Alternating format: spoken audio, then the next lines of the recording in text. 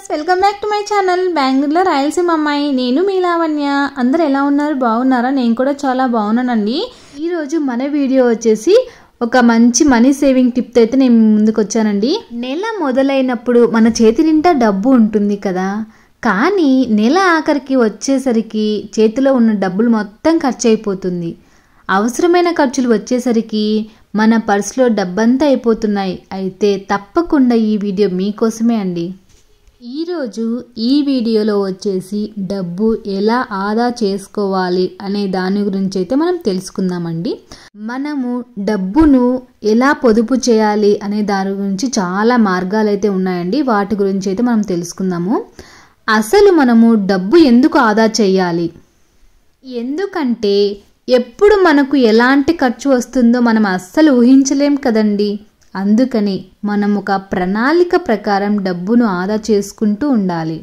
So ఇక్కడ వచ్చేసి ఈ వాల్ట్ వీడియోలో కొన్ని మనీ సేవింగ్ టిప్స్ అయితే నేను చెప్పబోతున్నానని చెప్పాను కదండి అలాగే నేను తెలుసుకున్న కొన్ని యూజ్ఫుల్ టిప్స్ అయితే మీతో నేను షేర్ చేసుకుంటాను మనం ఇంకా వీడియోలోకి వెళ్దామండి కొత్తగా ఎవరైనా మన ఛానల్ను చూస్తూ ఉన్నట్లయితే ప్లీజ్ ఒక లైక్ చేయండి అలాగే మన ఛానల్ని అయితే సబ్స్క్రైబ్ చేసుకోండి పక్కనే ఉన్న బెల్ ఐకాన్ క్లిక్ చేస్తే నేను ఏమన్నా వీడియోస్ పెట్టంగానే మీ మొబైల్కు నోటిఫికేషన్స్ అనేది వస్తుంటాయండి ఇంకా వీడియోలోకి అయితే వెళ్దామండి మీ శాలరీ ఎంతైనా అవ్వనివ్వండి ప్రతిరోజు చేంజ్ అయితే అవ్వదు కదా శాలరీ అనేది అలాగని ప్రతి నెల చేంజ్ అవ్వదు కదా సంవత్సరానికో 2 సంవత్సరాలకో మనకి ఇంక్రీజ్ అవుతూ ఉంటుంది కదా అప్పుడు మాత్రమే పెరుగుతుంది కానీ ఖర్చులు అయితే అలా కాదు కదండి ప్రతి నెల ఒకేలాగా ఉండవు ఒక నెల తక్కువ ఉంటాయి మరొక నెల ఎక్కువగా ఉంటాయి ఒక్కొక్కసారి మనం అనుకోని ఖర్చులు కూడా మనకు సడన్గా వస్తుంటాయి సో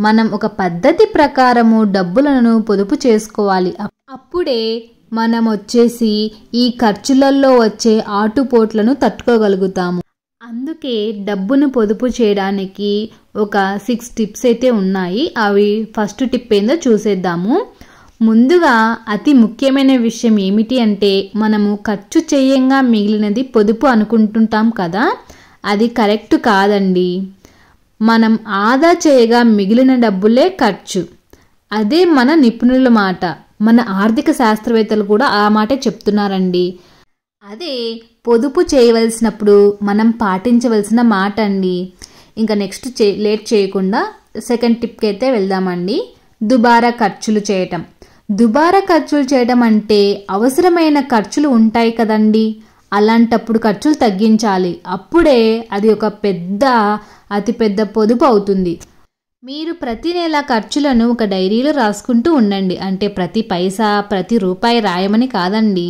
కాకపోతే ఒకసారి మనం ఆ డైరీని కనుక ఓపెన్ చేసి చూసినట్లయితే ఈ నెలలో జరిగిన ఖర్చులు అన్నీ మనకు అర్థమయ్యేలాగా ఉండాలన్నమాట అలాగా మనము అర్థమయ్యేలాగా రాసుకుంటే సరిపోతుందండి అలా అర్థమయ్యేలాగా రాసుకోవడం వల్ల మనకు దుబారా ఖర్చులు ఏమన్నా ఉంటే మనం తగ్గించుకోవచ్చు ఇంకా నెక్స్ట్ టిప్ వచ్చేసి థర్డ్ టిప్ అనవసరంగా చేసే చిన్న వృధా ఖర్చులండి ఎలా అంటే నిండుగా ఉండే కుండకు కూడా చిన్న రంధ్రం పడిందనుకోండి కుండ అంతా ఖాళీ అవుతుంది కదా అలాగే మనం అనవసరంగా చేసే చిన్న వృధా ఖర్చులు మన ఆదాయాన్ని మొత్తాన్ని ఖాళీ చేస్తుందండి ఇలా మన ఇంట్లో రోజు జరిగే చిన్న వృధా ఖర్చులను ఆపుకోగలగాలి అంటే లైట్స్ ఫ్యాన్స్ కూలర్స్ అవసరం లేకుండా ఆన్లో తిరుగుతూ ఉంటాయి కదా అలాంటప్పుడు వాటిని ఆఫ్ చేసుకుంటూ ఉండాలండి అలాగే మనకు నెలకు అవసరమైన సరుకులు ఉంటాయి కదా ఒక్కసారిగా లేదా 2 సార్లుగా మనం తెచ్చుకోవాలన్నమాట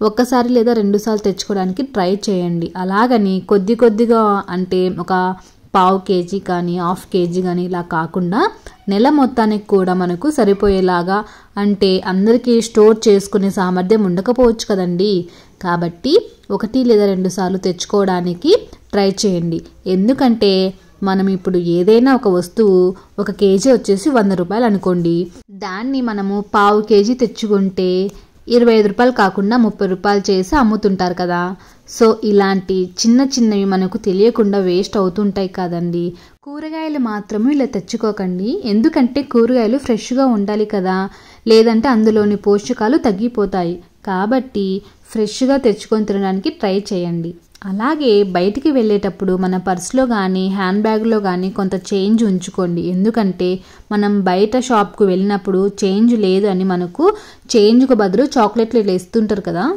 ఇలాగా వేస్ట్ అవుతూ ఉంటుంది. అలా కాకుండా మనం చేంజ్ను ఇలా పర్సులో పెట్టుకోవాలి.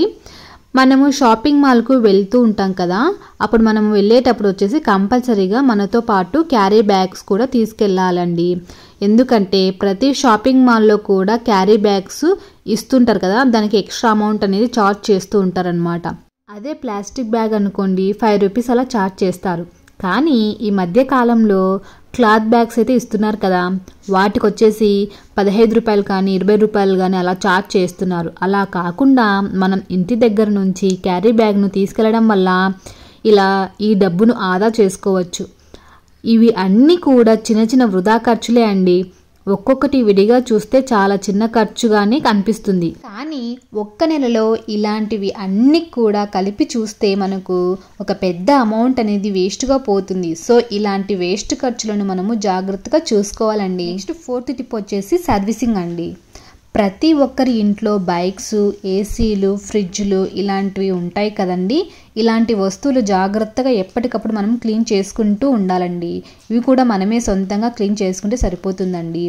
మనము ఎలా క్లీన్ చేసుకోవాలనేది యూట్యూబ్లలో వీడియోస్ ఉంటాయి కదా, సో వాటిని చూస్తూ మనము జాగ్రత్తగా ఎప్పటికప్పుడు క్లీన్ చేసుకుంటూ ఉంటే, మనమే ఇంట్లోనే సర్వీసింగ్ చేసుకుంటూ ఉంటే కనుక వస్తువులు అనేది రిపేర్ కాకుండా ఉంటాయి, లైఫ్ టైం కూడా పెరుగుతుందండి. ఇలా సర్వీసింగ్ ఖర్చులు కూడా మనకు తగ్గించుకోవచ్చండి. ఇంకా చిన్న చిన్న రిపేర్ వచ్చినప్పుడు వెంటనే రిపేర్ చేయించుకోండి. లేకపోతే ఆ వస్తువు పాడైపోయి మళ్ళీ కొత్త వస్తువు కొనాలంటే పెద్ద మొత్తంలో ఖర్చు పెట్టాల్సి వస్తుంది. కాబట్టి వస్తువులను చాలా జాగ్రత్తగా వాడుకోవాలండి. నెక్స్ట్ వచ్చేసి 5th టిప్ అండి. అనవసరమైన వాటి కోసం ఖర్చులు చేయకూడదండి. అవసరానికి ఎంతైనా డబ్బు ఖర్చు చేయొచ్చు, కానీ అనవసరానికి ₹1 కూడా ఖర్చు చేయకూడదండి. ఇలాంటి అనవసరమైన ఖర్చులు తగ్గించుకోండి. అంటే మనం షాపింగ్ మాల్కు వెళ్తుంటాం కదా షాపింగ్ చేయడానికి, అలా వెళ్ళినప్పుడు అక్కడ మనం కావాల్సినవి కొనుక్కోవడంతో పాటు అక్కడ ఆఫర్స్ ఉంటాయి కదా, అవి చూసి మనము అనవసరమైనవన్నీ కొనుక్కోవడం చేస్తూ ఉంటాం కదండి. ఇలాంటి ఖర్చులు తగ్గించుకుంటూ ఉండండి. ఈ మధ్య కాలంలో ఆన్లైన్ షాపింగ్ అనేది అందరికీ బాగా అలవాటు అయిందండి. ఆన్లైన్లో కూడా మనకు ఆఫర్లు ఉన్నాయని చెప్పి అనవసరమైన వస్తువులు కొంటుంటాం కదండి. మనము ఆన్లైన్లో ఏదైనా వస్తువు కొనుక్కోవాలనుకున్నప్పుడు జాగ్రత్తగా అవసరమైనవి మాత్రమే కొనుక్కోండి. కానీ ఇలాగా అనవసరమైన వాటికి ₹1 కూడా ఖర్చు చేయకుండా ఉండడం అనేది చాలా కష్టమైనది. కానీ మనకు నచ్చేవి కొన్ని ఉంటాయి కదండి, అనవసరమైనవి కూడా కొనాలి అనిపిస్తూ ఉంటుంది కదా. ఇలాంటి వాటి కోసం మనం ఏం చేయాలి అంటే, ప్రతి నెల మన శాలరీలోంచి అంటే వచ్చే మన శాలరీని బట్టి అందులో కొంత అమౌంట్ను దానికోసం కేటాయించండి. అంటే ఒక 500 కానీ 1000 రూపీస్ కానీ మన శాలరీని బట్టి కేటాయించితే సరిపోతుంది. ఈ నెలలో అనవసరమైనది అనిపించినా కూడా మీకు ఇష్టమైనవి కొనుక్కోవాలి అనుకుంటే ఆ అమౌంట్తో మాత్రమే కొనుక్కోండి.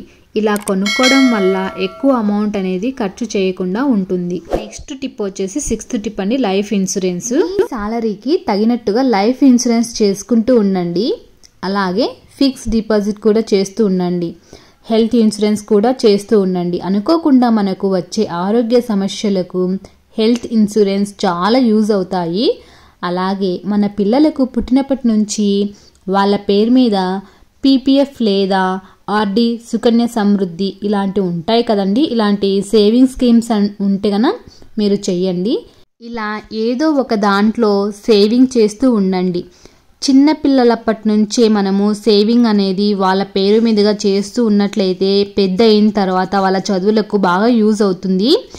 టాపిక్ వచ్చింది కనుక చెప్తున్నానండి.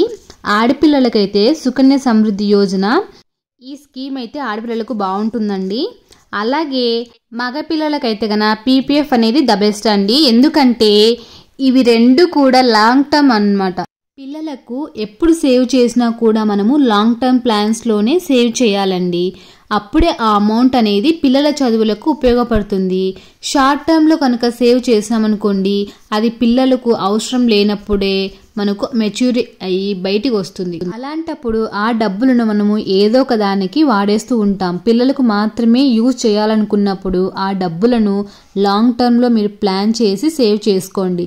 ఫైనల్గా డబ్బు అనేది మనము ఆదా చేసుకోవచ్చండి. మనము డబ్బులను ఆదా చేసుకోవడానికి మాత్రమే దారులు వెతకండి, కానీ ఖర్చులు చేయడం కోసం మటుకు దారులు వెతకకండి. సో ఈరోజు నేను చెప్పిన టిప్స్ మీకు అందరికీ యూజ్ఫుల్ అవుతాయని అనుకుంటున్నానండి. ఇంకా నేను చెప్పిన టిప్సే కాకుండా మీకు ఏవైనా టిప్స్ కనుక తెలిసినట్లయితే ప్లీజ్ కామెంట్ బాక్స్లో కామెంట్ చేయండి. ఎందుకంటే ఎవరైనా కామెంట్ చదవడానికి వచ్చినప్పుడు ఆ కామెంట్స్ చదివి వాళ్ళు కూడా అలా పాటిస్తారు కదండి. సో అందుకే కామెంట్ బాక్స్లో కామెంట్ చేయండి. ఇంకా మన ఛానల్ని ఎవరైనా కొత్తగా చూస్తున్నట్లయితే ఒక లైక్ చేసి సబ్స్క్రైబ్ చేసుకోండి. ఇంకా మరిన్ని నేను మనీ సేవింగ్ టిప్స్ అయితే మీ ముందుకు వస్తానండి. థ్యాంక్ యూ అండి. థ్యాంక్ యూ సో మచ్ అండి.